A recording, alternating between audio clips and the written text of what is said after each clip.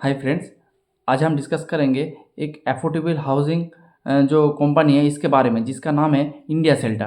तो India shelter है जो इस सेगमेंट का अफोर्डेबल जो हाउसिंग सेगमेंट है, इस सेगमेंट का सबसे फास्टेस्ट ग्रोइंग इंजन है ये इंडिया शेल्टर। तो आज इस इंडिया शेल्टर कंपनी के बारे में डिस्कस करेंगे। पहले इसका बिजनेस मॉडल जान लेते हैं, फिर इसका Q2 का रिजल्ट जानेंगे, फिर कॉनकॉल, और फिर इसका जो आपका जो वैल्यूएशन वगैरह के बारे में डिस्कस करेंगे। तो पहले बिजनेस मॉडल।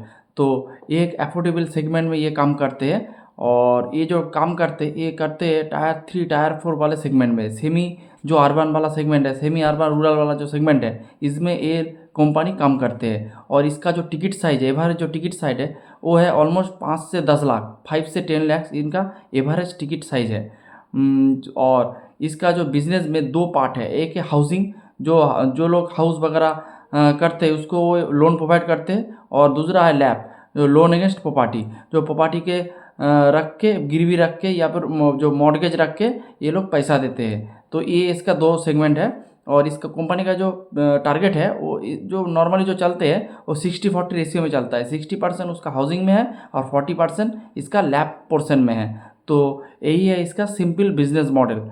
तो चलिए आप चलते हैं इसके Q2 FY26 के रिजल्ट के बारे में। तो पहले इसका जो लोन बुक ग्रो किया है वो किया है 31% ईयर ऑन ईयर बेसिस में, और इसका जो क्वार्टर ऑन क्वार्टर बेसिस में ऑलमोस्ट 6%। और डिसबर्समेंट इसका ग्रो किया है 12%, और क्वार्टर क्वार्टर बेसिस में ग्रो किया है 5% के लगभग। और इसका पैट ग्रोथ हुआ है 35%। थोड़ा बहुत ऑपरेटिंग लेवरेज इसको मिला है। और इसका जो क्वार्टर ऑन क्वार्टर बेसिस में ये 2% ग्रो किया है।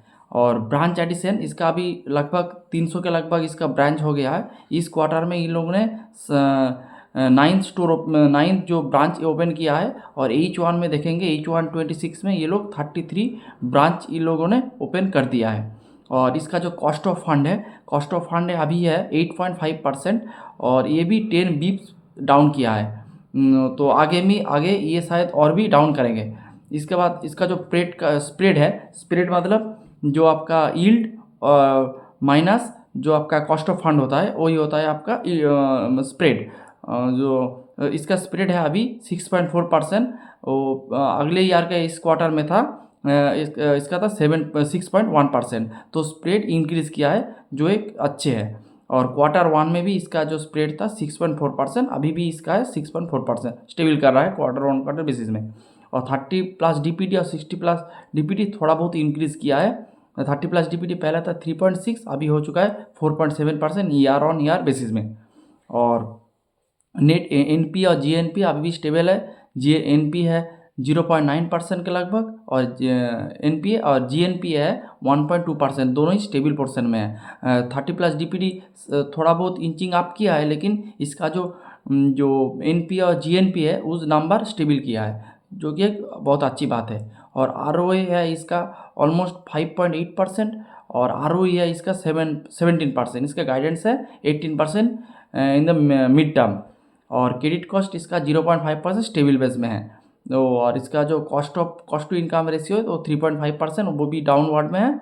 और इसका जो BT रेशियो, तो जो बैंक ट्रांसफ़र रेशियो होता है वो है इसका 4.5 से 5% के लगभग, वो भी रेंज बाउंड है। और BT ratio means bank transfer out ratio means शायद आपका SBI में कोई आपका हाउसिंग लोन चल रहा है, लेकिन आपको PNB ने कुछ सस्ता वाला जो आपका हाउसिंग फाइनेंस का जो होम लोन प्रोवाइड कर दिया, तो आप क्या करेंगे, तो आप सस्ते में जाएंगे, तो आप SBI से निकल के PNB चला जाएंगे, क्योंकि आपको रेट थोड़ा सस्ता मिल रहा है। ये वाला जो परसेंटेज होता है जो एक बैंक से दूसरी बैंक से जाता है, ये जो परसेंटेज होता है इसको BT आउट रेशियो कहते हैं। इसका जो ये जितना बढ़ेगा वो बैंक के लिए उतना ही खराब है। लेकिन इस वाले बैंक में इंडिया शेल्टर के जो है कंपनी के साथ ये लोग स्टेबल कर रहा है, रेंज बाउट कर रहा है, जो कि एक वेरी गुड है। और यही था इसका टोटल रिजल्ट। अब इसका कॉन कॉल पार्ट में चला जाते। तो कॉन कॉल पार्ट में ये लोग पहले इंडस्ट्री आउटलुक के बारे में थोड़ा बहुत डिस्कस किया है। इंडस्ट्री आउटलुक ये लोगों ने कहा आज को GST का भी एक फ़ायदा मिलेगा कंज्यूमर को। उसके साथ अभी जो आपका जो मानसून हुआ था वो भी थोड़ा जो मानसून का जो पीरियड था वो थोड़ा एक्सटेंडेड था, जो प्रोलॉन्ग मानसून था, इसीलिए जो क्रॉप्स वगैरह हुआ है वो भी अच्छे से हुआ है। इसके साथ आपका जो इनकम रेट, जो टैक्स में जो कंज्यूमर को बेनिफिट मिलेगा, इससे भी जो उसके साथ आपका अगर देखेंगे जो इन्फ्लेशन रेट वो भी नीचे की तरफ आ रहा है, और उसके साथ आपका जो बैंक का जो रेट, जो रेपो रेट होता है, वो भी टुवर्ड्स डाउन आ रहा है। तो ये सब पॉजिटिव बात है जो इस कंपनी के लिए बहुत ही अच्छा है, और कंपनी के साथ जो कंज्यूमर जुड़ा है उस लोगों के लिए अच्छे है। तो यही एक बात है इसका जो इंडस्ट्री आउटलुक था। इसके साथ इन्होंने डिसबर्समेंट जो किया है, तो अगर देखेंगे आप डिसबर्समेंट अगर नहीं बढ़ेगा तो आपका लोन बुक का ग्रोथ भी थोड़ा नीचे आ जाएगा। लेकिन इस बार जो एनालिस्ट लोगों ने मैनेजमेंट को क्वेश्चन भी किया था, जो डिसबर्समेंट और थोड़ा ऊपर जाना चाहिए था, तो मैनेजमेंट ने कहा जो क्वार्टर है, क्वार्टर टू एक सीजनली एक वीक क्वार्टर होता है, क्योंकि इस क्वार्टर में आपका मानसून होता है। इस बार का मानसून भी थोड़ा ज़्यादा था, थोड़ा बड़ा था, तो इसीलिए जो डिसबर्समेंट थोड़ा हैम्पर हुआ है, और मैनेजमेंट ने कहा H2 में डिसबर्समेंट थोड़ा बढ़ेगा।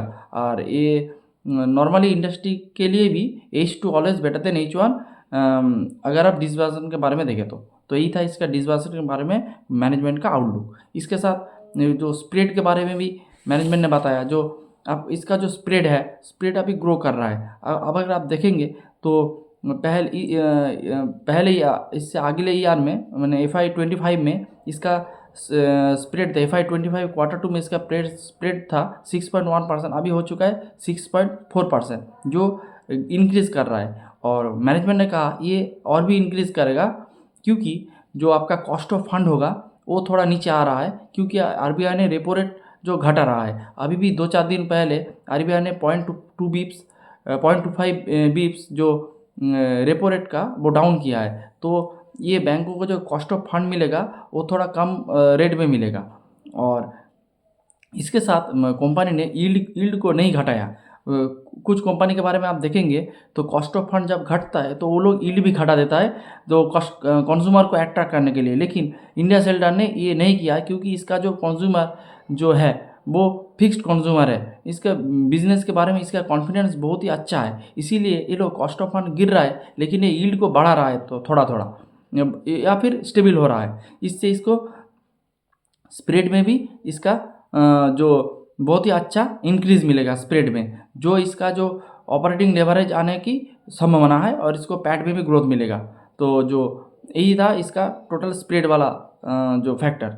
और इसके साथ अगर हम एसेट क्वालिटी पे जाए तो एसेट क्वालिटी आप देखेंगे तो जो 30 DPD जो ड्यू पास डे होता है 30+ और 60+, ये थोड़ा इंक्रीज़ किया है। ये आप देखेंगे तो क्वार्टर ऑन क्वार्टर इंक्रीज़ कर रहा है। लेकिन अगर आप नेट NPA और GNPA का नंबर देखेंगे ये स्टेबल है, और आपका क्रेडिट कॉस्ट है वो भी स्टेबल है। एक बहुत ही बढ़िया है, क्योंकि जो लोग एक दो क्वार्टर अगर कोई EMI मिस भी कर रहा है लेकिन अगले में वो लोग दे रहा है, इसीलिए इसका जो GNPA और नेट NPA का जो नंबर है वो स्टेबल है। और तो ये एक बात है। और हाउसिंग फाइनेंस में एक बात होती है कि जो नॉर्मली जो लोग हैं वो लोग क्या करते हैं, हाउसिंग फाइनेंस का जो, क्योंकि इसे बाड़ी के साथ जुड़ा है, इसीलिए ये लोग हाउसिंग फाइनेंस को पहले ये लोग रिपेमेंट कर देता है। अगर कोई माइक्रो फाइनेंस वाला लोन होगा या फिर और कुछ पर्सनल लोन होगा, वो लोन थोड़ा आगे डिफ़ॉल्ट करता है, सबसे लास्ट में आपका हाउसिंग फाइनेंस का लोन डिफ़ॉल्ट करता है। Most of the cases housing finance का जो लोन है वो डिफ़ॉल्ट नहीं करता है, क्योंकि उसके साथ बाड़ी का एक इमोशन जुड़ा रहता है। मैनेजमेंट ने यही भी कहा, जो 1-2 क्वार्टर जो मिस करता है फिर ये लोग नोटिस वगैरह करते हैं 1-2 EMI मिस करने के बाद, फिर 80 से 85% जो केसेस जो सॉर्ट आउट हो जाते हैं। थोड़ा बहुत नेगोशिएशन करके थोड़ा काट कूट के ये लोग इसको रिकवर कर लेते हैं। इससे इसका 9 से 10% इसका थोड़ा बहुत लॉस होता है। अगर 10 से 15% क्या होता है, उसको प्रॉपर्टी को सेल करना पड़ता है, और प्रॉपर्टी को सेल करने में इसको थोड़ा टाइम पीरियड थोड़ा ज़्यादा लग जाता है, 8 से 10 मंथ या फिर 1 ईयर तक लग जाते हैं। इससे कंपनी को जो लॉस होता है वो होता है ऑलमोस्ट 20 से 30%, 25% के लगभग। तो यही है इसका टोटल साइकिल। ये मैनेजमेंट ने बहुत अच्छे से समझाया। अगर आप ये को PPT में जो ट्रांसक्रिप्ट वगैरह आते हैं उसमें आप गो थ्रू कर सकते हैं। तो तो यही बात है। और ROA और ROE इसका भी स्टेबल रहेगा, तो कंपनी का गाइडेंस भी था जो मिड टर्म में ये लोग ROE इसको 18% से ले जाएंगे, और अभी जो ROE है वो 70% के लगभग है। तो ROE जब कोई बिजनेस का ROE जब थोड़ा थोड़ा ऊपर में आते हैं ऊपर में, तो ये बिज़नेस के लिए बहुत ही अच्छा है। ख़ास तौर से जो लेंडिंग बिजनेस के लिए, सभी बिजनेस के लिए, लेंडिंग बिजनेस के लिए और भी ज़रूरी है। जो ROE अगर थोड़ा थोड़ा इंचिंग आप करते रहे तो बिज़नेस आपका सही डायरेक्शन में जा रहा है, ये आप कह सकते हैं। ये एक बहुत ही वैल्यूएबल एक मैट्रिक्स है कोई बिजनेस को, कोई लेंडिंग बिजनेस को आपको देखने के लिए का उसका ROE और ROA का मूवमेंट कौन सी दिशा में जा रहा है। अगर वो टुवर्ड्स नॉर्थ जा रहा है, थोड़ा थोड़ा करके इंचिंग अप करके थोड़ा नॉर्थ में जा रहा है, तो ये बिज़नेस के लिए पॉजिटिव है। अगर वो थोड़ा नीचे जा रहा है तो ये बिज़नेस के लिए एक नेगेटिव पॉइंट है, ये आपको देखना चाहिए। इसके बाद इसका जो क्रेडिट कॉस्ट, तो क्रेडिट कॉस्ट इसका स्टेबिली चल रहा है 0.40 बीप्स या फिर जो 50 बीप्स के लगभग ये आपका क्रेडिट कॉस्ट चल रहा है, और आगे भी चलेगा, ये मैनेजमेंट का गाइडेंस है। इसके बाद आप इसका जो गाइडेंस के बारे में हम डिस्कस करेंगे। तो इसका जो मैनेजमेंट ने 4 से 5 बार कहा कि इस पूरे कॉन कॉल में अगर आप पढ़ेंगे या फिर लिसन करेंगे, जो पूरा जो कॉन कॉल था, तो देखेंगे आप 5 से 6 बार मैनेजमेंट ने कहा कि जो बोलो 30 से 35% का रेवेन्यू ग्रोथ अगले कुछ सालों के लिए करेंगे। तो मैनेजमेंट इस ग्रोथ के लिए बहुत ही ज़्यादा कॉन्फिडेंस है। अगर आप इसमें कोई और बिजनेस को देखें जैसे होम फर्स्ट फाइनेंस, यह इसका पहले ग्रोथ रेट था 30% के लगभग, अभी वो गाइडेंस कर रहा है 25%।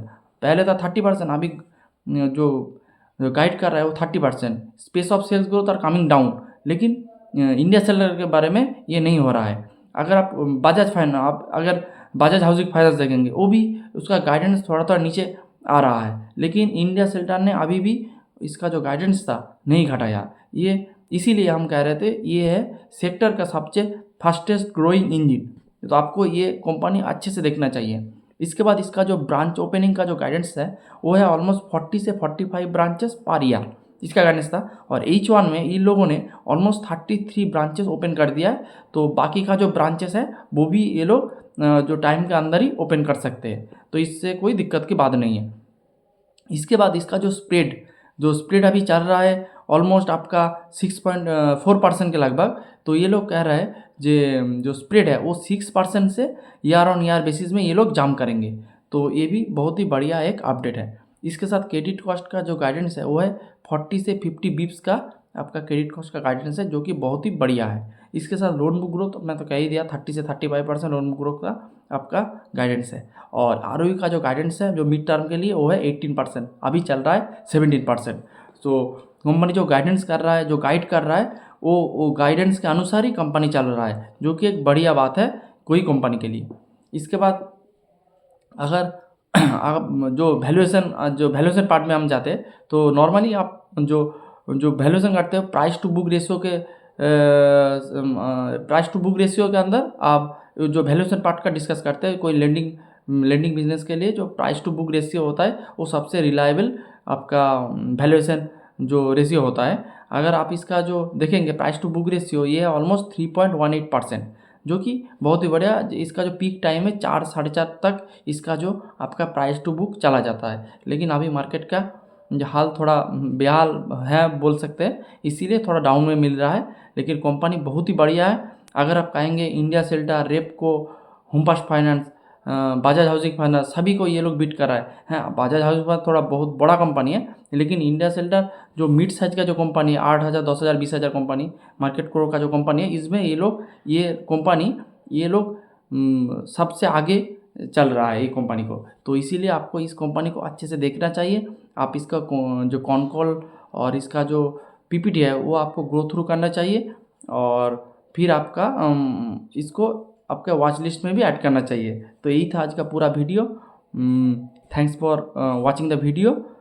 Thanks a lot.